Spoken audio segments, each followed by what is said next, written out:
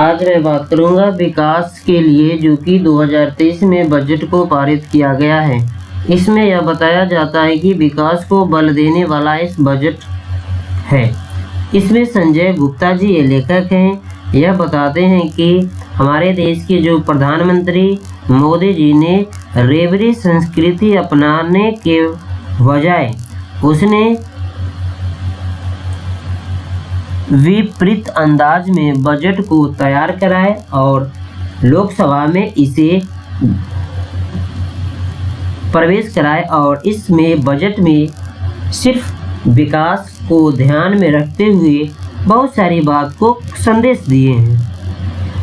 पहली बात यह है कि 2024 में आम चुनाव होने वाला है। इस जरिए देशवासियों को प्रोत्साहन और संदेश दिया। अब ये बात को ध्यान में करना है कि मोदी जी 2024 में आम चुनाव होने वाला है, तो यह देशवासियों को क्या संदेश देना चाहते हैं। मोदी जी यह कहते हैं कि 25 वर्षों तक के देश की जो विकसित और समृद्ध राष्ट्र जो बनाने का जो संकल्प लिया गया है, उसे वहाँ तक के पहुँचने में बहुत मदद मिलेगा। ताकि प्रधानमंत्री ने यह भी कहा कि यह अमृत काल है, जिससे पहले बजट में इसे विकसित भारत के संकल्प को प्रति के लिए आधार प्रदान किया गया है।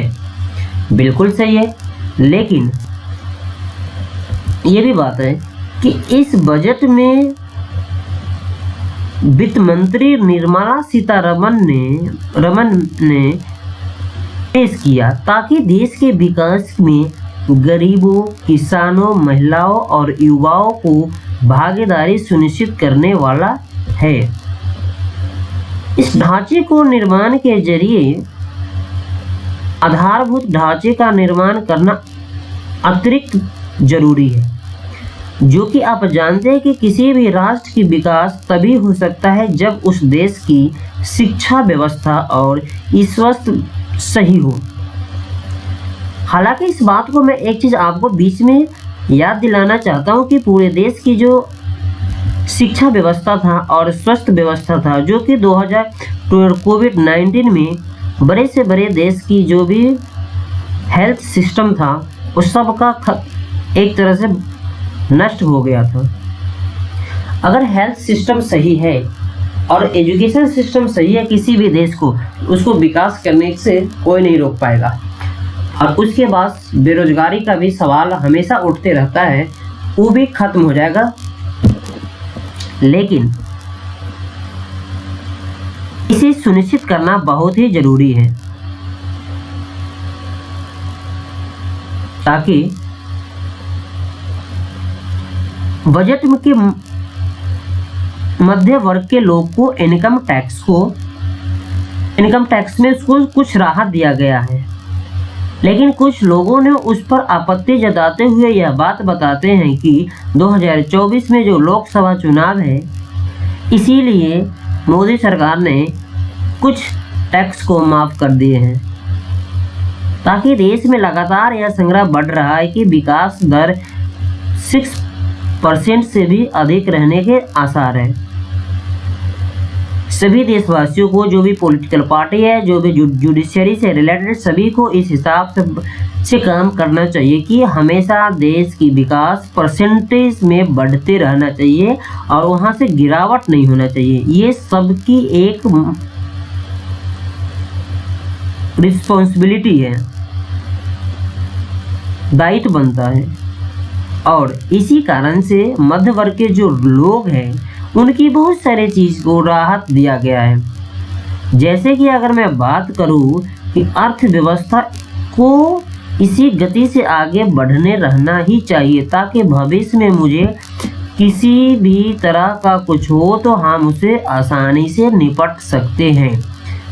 अचानक आप जानते हैं कि कोविड-19 ने बहुत ही तेज़ी से सभी देशों की जो हेल्थ सिस्टम था उस सब को बर्बाद कर दिया गया था, यानी कि नष्ट कर दिया गया था। अगर हेल्थ सिस्टम सही होता तो ऐसा स्थिति नहीं होता। इसमें हमारे प्रधानमंत्री जी यह संदेश देना चाहते हैं कि बेरोजगारी और शिक्षा और स्वास्थ्य पर ध्यान देने की बहुत जरूरी है। इस पर बहुत सारे फंड भी किया गया है। इसमें यह भी पता चला है कि कुछ समय के बाद अलग अलग तरह की योजना बनाए जाते हैं, लेकिन अपोजिट जो पार्टियां होती है वह बताते हैं कि ये सिर्फ योजना जो है ना, ये सिर्फ लुभाने के लिए ग्राउंड लेवल पे नहीं जा पाती है। लेकिन ये प्रधानमंत्री मोदी जी के यह संदेश होता है कि किसी भी तरह का योजना हो, स्कीम हो, उसे ग्राउंड लेवल पे लागू करना चाहिए ताकि उस योजना के तहत में सभी लोगों को ही फायदा हो। इसमें यह भी है कि एक टैग करते हुए यह भी बताया जाता है कि मोदी ने रेवड़ी संस्कृति अपनाए। अच्छा, रेवड़ी संस्कृति है क्या? इसके बजाय मैं थोड़ी बात कर लेता हूँ। रेवड़ी संस्कृति यह है कि जल्द से जल्द इसे बजट को तैयार करके लोकसभा में पारित करना और लोगों को इस बात को बताना। सबसे बड़ी बात यह है कि अपने अंदाज में बजट को तैयार कराया। बिल्कुल सही है, यानी कि इस बजट को निगरानी कर रहे थे माननीय प्रधानमंत्री जी, और इससे सबसे अधिक महत्व विकास को दिया गया है। बिल्कुल सही है। आप जानते हैं कि अगर आप पढ़ाई करते होंगे तो आपको अपने आप दिखने लगेगा आपको अंदर में, और आपको हमेशा बदलाव करने की ज़रूरत है। पढ़ाई करते होंगे तो सफल होते हुए भी दिखना चाहिए। अगर जो भी शिक्षक बच्चे को पढ़ाते हैं तो ये देखना चाहिए कि बच्चा मेरा आगे की ओर बढ़ रहा है कि नहीं। सिर्फ बच्चे को पैसे ऐंठने या पैसे लेने इस पर ध्यान नहीं दे करके बच्चे को आगे बढ़ते हुए देखना चाहिए, ताकि अगर वो बच्चा आगे बढ़ेगा तो और उसके साथ में बच्चा बढ़ सकता है। तो मोदी जी यह संदेश देना चाहते हैं कि हमारे जो देश के युवा है वो अगर आगे की ओर बढ़ रहा है, उसको विकास की ओर लेके जाना है, आत्मनिर्भर भी बनना है। अगर उसमें टेक्नोलॉजी का भी है उसका भी इस्तेमाल करें, यानी किसी भी क्षेत्र में करें, लेकिन विकास होना चाहिए। विकास से किसी भी तरह का समझौता नहीं होना चाहिए, इस तरह का संदेश है इनका। लेकिन हालांकि इसे हम नज़रअंदाज नहीं कर सकते हैं कि हमें यह देखा गया है कि इस ढांचे को तैयार करने में 10 लाख करोड़ रुपए का आवंटित किया गया है। अब देखिए कि इसको 10 लाख करोड़ रुपए जो दिया गया है, इसे बुनियादी ढांचे का विकास होने के साथ साथ उद्योग का भी लाभ होगा। यानी कि जो अभी 10 लाख करोड़ रुपए जो दिया गया है उसमें यह बताया गया कि बुनियादी जो ढांचा है और अभी जो हमारा उद्योग में है, इस दोनों को काम आएगा। आप जानते हैं कि अगर उद्योग लगेगा तो उसमें लोगों की ज़रूरत होगी। जब ज़रूरत होगी तो उसमें जब लोग काम करेंगे तो धीरे धीरे बेरोजगारी को ख़त्म कर दिया जाएगा। अगर एक कोई भी सरकार हो चाहे कि हम बेरोजगारी ख़त्म कर सकते हैं, तो ऐसा नहीं होगा, क्योंकि कितना को वो फुलफिल करेगा। पहले ये देखेगा कि हमारे देश का जो अर्थव्यवस्था है उसको कितना हमारा आमदनी हो रही है, कैसे किस हिसाब को हैंडल किया जाता है, इसको ध्यान में रखना चाहिए। आखिर जब तक कि इकोनॉमिक सही नहीं होगा तो हम किसी भी चीज़ को जल्द से जल्द ख़त्म नहीं कर सकते हैं। अगर हमारा इकोनॉमिक स्थिति सही है, देश की जीडीपी सही है, तो फिर धीरे धीरे हम बेरोजगारी को भी ख़त्म कर सकते हैं। आखिर ये भी इसमें ध्यान दिया जाता है कि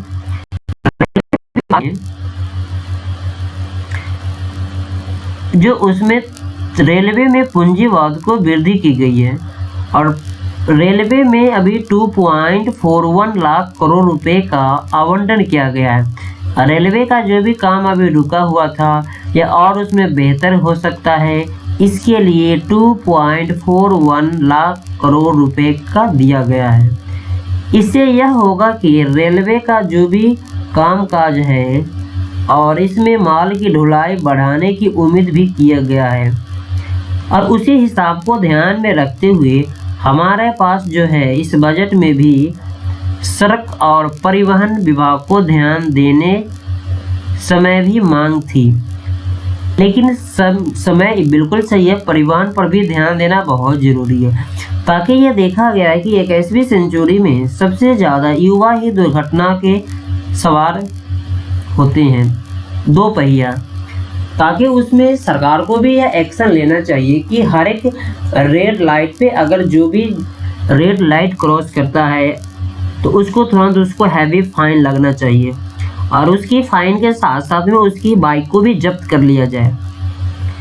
ताकि इस हिसाब से अगर ट्रैफिक पुलिस काम करेगी तो आने वाले दिनों में दुर्घटना जो हमारे देश का जो युवा है वह सभी राष्ट्र के विकास करने में सहयोग करेंगे, और गलत से उनका मौत की संख्या जो होती है दुर्घटना से उसकी कम होगी।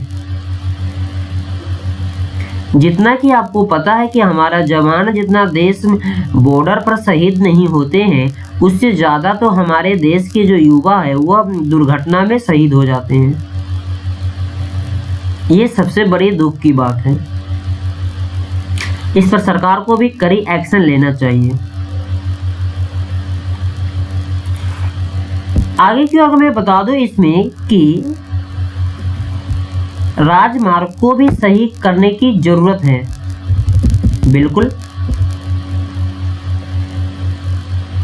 और सड़क को ध्यान में रख रखाव को भी इसे इंजन को बेहतर से बेहतर बना सकता है।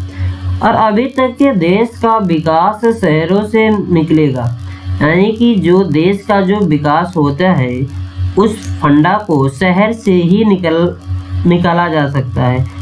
ताकि इसमें यह भी कहा गया है कि नगर निकाय का भी जो संदेश दिया गया है कि अपनी क्षमता बढ़ाए, बिल्कुल, और आत्मनिर्भर बने। दूसरे पर कभी भी निर्भर रहने की जरूरत नहीं है। आपको खुद पर ऐसा काम कीजिए कि अपने आप वो काम आपके अंदर में हो, आप उस पर निर्भर हो, दूसरे पर नहीं रहना चाहिए।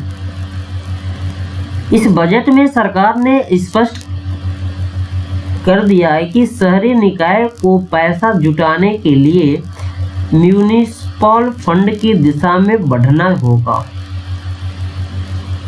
और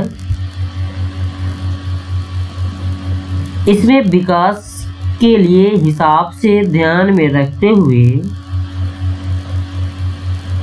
जीवाश्म ईंधन के इस्तेमाल में पर्यावरण लगातार दूषित एवं गर्म हो रहा है। इसमें हमारा विकसित देश अपनी जिम्मेदारी पूरी नहीं कर पा रहे हैं, और भारत की चुनौती बढ़ रही है। अभी भी भारत की चुनौती बढ़ रही है। ताकि भारत ये सोचता है कि हम भारत अपने उत्सर्जन को कम कर दे, और जितनी प्रशंसा की जाए उससे कम है। बट नेट जीरो उत्सर्जन के हिसाब से यह देखा जाता है कि ग्रीन हाइड्रोजन ऊर्जा बदलाव के लिए 35,000 करोड़ रुपए का प्रावधान किया गया है।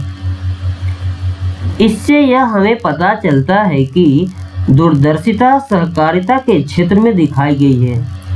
वास्तव में इस मंत्रालय को गठित हुआ है, और इससे सहकारिता को मोदी सरकार ने तमाम क्रांतिकारी बदलाव किए हैं। इससे यह पता चलता है कि सहकारिता समिति गांव-गांव अनाज भंडार के लिए गोदाम बनाएगी। गोदाम बनाने के बाद उसमें जो मोटे अनाज होंगे, किसानों के उचित समय पर उनकी उपज बेचने की सहूलियत मिलेगी, और हमारी सरकारी समिति आर्थिक रूप से मजबूत होगी। आप जानते हैं कि हमारा जो देश भारत है ये 75% कृषि प्रधान देश है, और विश्व में तकनीकी के जरिए क्रांतिकारी बदलाव आ रहे हैं। आप जानते हैं कि अभी जम्मू कश्मीर में जब से 370 और 35 एक जो हटाया गया है कॉन्स्टिट्यूशन से, तब से वहाँ भी बहुत तेज़ी से विकास हो रहा है। और वहाँ पर भी इजराइल की तरफ से साइंटिस्ट और वहाँ के लोग आए थे कि आखिर वहाँ जो पहाड़ी इलाका है उस पर खेती कैसे किया जाए। इस पर वहाँ के किसानों को जानकारी दे रहे हैं कि पहाड़ों पर कैसे खेती की जा सके, इस चीज़ के बारे में, ताकि लोग अपने जो पहाड़ी इलाका क्षेत्र है वहाँ पर खेती कर सकता है। एक और बात को ध्यान में दिया गया है कि 2014 से पहले अगर मैं बात करूँ तो देश हमारा उतना टेक्नोलॉजी और आर्टिफिशियल इंटेलिजेंस के क्षेत्र में नहीं था जितना कि होना चाहिए। अभी 21वीं सेंचुरी 21वीं सेंचुरी में चल रहा है, तो इसमें 5G, पहले तो 4G था ही, लेकिन 5G सबसे तेज़ी से अब ग्रो कर रहा है। और आज के दिन में हमारे देश में हर बच्चे के पास में एंड्रॉयड फ़ोन अवेलेबल है। किसी भी तरह का जानकारी हो वो अपना तुरंत उससे ढूंढ लेते हैं, सर्च कर लेते हैं। उसी हिसाब से हमारा देश बहुत तेज़ी से तरक्की कर रहा है टेक्नोलॉजी में। हालांकि इस बात को हम जान सकते हैं कि हमारा देश, पाकिस्तान हमारा पड़ोसी देश है, जो कि 14 अगस्त 1947 को भारत से अलग हुआ था। उसमें हाल ही में 2 दिन पहले एक एडिटोरियल में आया था कि हमारे विदेश मंत्रालय के सचिव है अभी प्रेजेंट में, वो लिखे थे कि जो वहाँ का पाकिस्तान का सेना व्यवस्था है और वहाँ का जो पॉलिटिकल सिस्टम है, जो हमारा 200 साल पहले जो अंग्रेज हुकूमत कर रहा था, ठीक उसी के दायरे में वह अपने रणनीति को बनाए हुए हैं। उसमें अभी तक कुछ भी बदलाव नहीं किए हैं। लेकिन भारत अब ये समझ गया है कि भारत के लोग और भारत के पॉलिटिकल सिस्टम और भारत के इंडियन सिस्टम, आर्मी सिस्टम कि किसी भी हद तक के मैं जा सकता हूँ अपने सिस्टम को बदलाव करते हुए, ताकि हमें विकास चाहिए। अगर दूसरे देश अगर आँख उठा के देखता है तो उससे भी करारा जवाब दिया जा सकता है। क्यों? क्योंकि भारत पहले वाली भारत अब नहीं है। आपको यह भी पता है कि बार बार चाइना ने 1962 के बारे में हमेशा आँख दिखाते रहता है, लेकिन अब भारत 1962 नहीं है। अब भारत यहाँ पर 2023 में आया गया। हर तरह का वेपन अब भारत के पास होना चाहिए। अगर भारत अपने आप को उत्सर्जन करेगा वेपन, तो कोई भी देश आँख दिखाने से 100 बार सोचेगा भारत के प्रति। ऐसा क्यों? जब भारत अपने आप में आत्मनिर्भर होगा तब हर तरह का वेपन बनाएगा भारत, इजराइल के साथ में मिलके अपने ज़रूरत के अनुसार। तो कोई ऐसा नहीं है कि जो भारत को आँख दिखा सकता है। हालांकि इस बात को देखने को यह भी पता चला है कि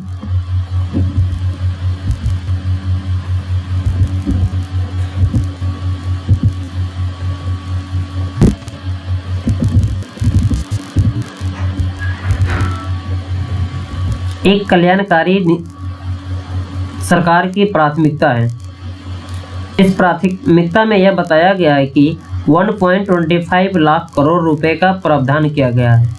इससे यह होता है कि इसका मतलब यह है कि किसान को वरीयता नहीं है इसमें। और इस बात को आश्चर्य है कि विपक्षी बजट में कुछ भी पसंद नहीं आए और राजनीतिक पैंतरेबाजी है। इसका मतलब यह है कि राहुल गांधी ने यह कहा कि नौकरी का भी कोई बात नहीं हो रही है, इसमें पेट महंगाई की तरफ कुछ बात नहीं है, इसमें बेरोजगारी की तरफ कुछ भी नहीं है। और यह बता दो कि सरकार अपना असमानता दूर करने के लिए कोई इरादा नहीं है। ऐसे में बयान अन्य कांग्रेस और दूसरे दलों के नेताओं से भी है। अच्छा होता कि कांग्रेस बजट को राजनीतिक नज़रिए से देखने के बजाय उसके आर्थिक दृष्टि से देखनी चाहिए।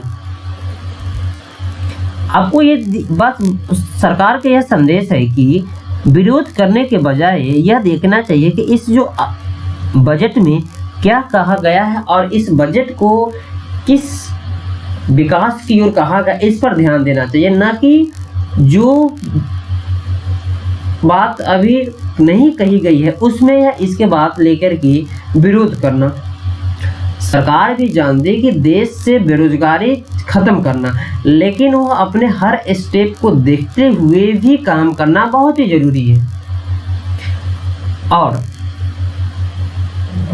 इसमें देखना चाहिए कि इस बजट में राष्ट्र की ओर कुछ कहा गया है कि नहीं। हाँ, सरकार भी एक बात जानती है कि किसी भी पार्टी का सरकार हो, उसको विकास की ओर ध्यान देना चाहिए। और विपक्षी पार्टी इसलिए होती है कि उस बात को सही से काम करे, इसीलिए उसका क्रिटिसाइज करना। और इससे यह भी पता चला है कि इसे सरकार को ऐसा माहौल बनाना होता है कि जिससे निजी निवेश बढ़े और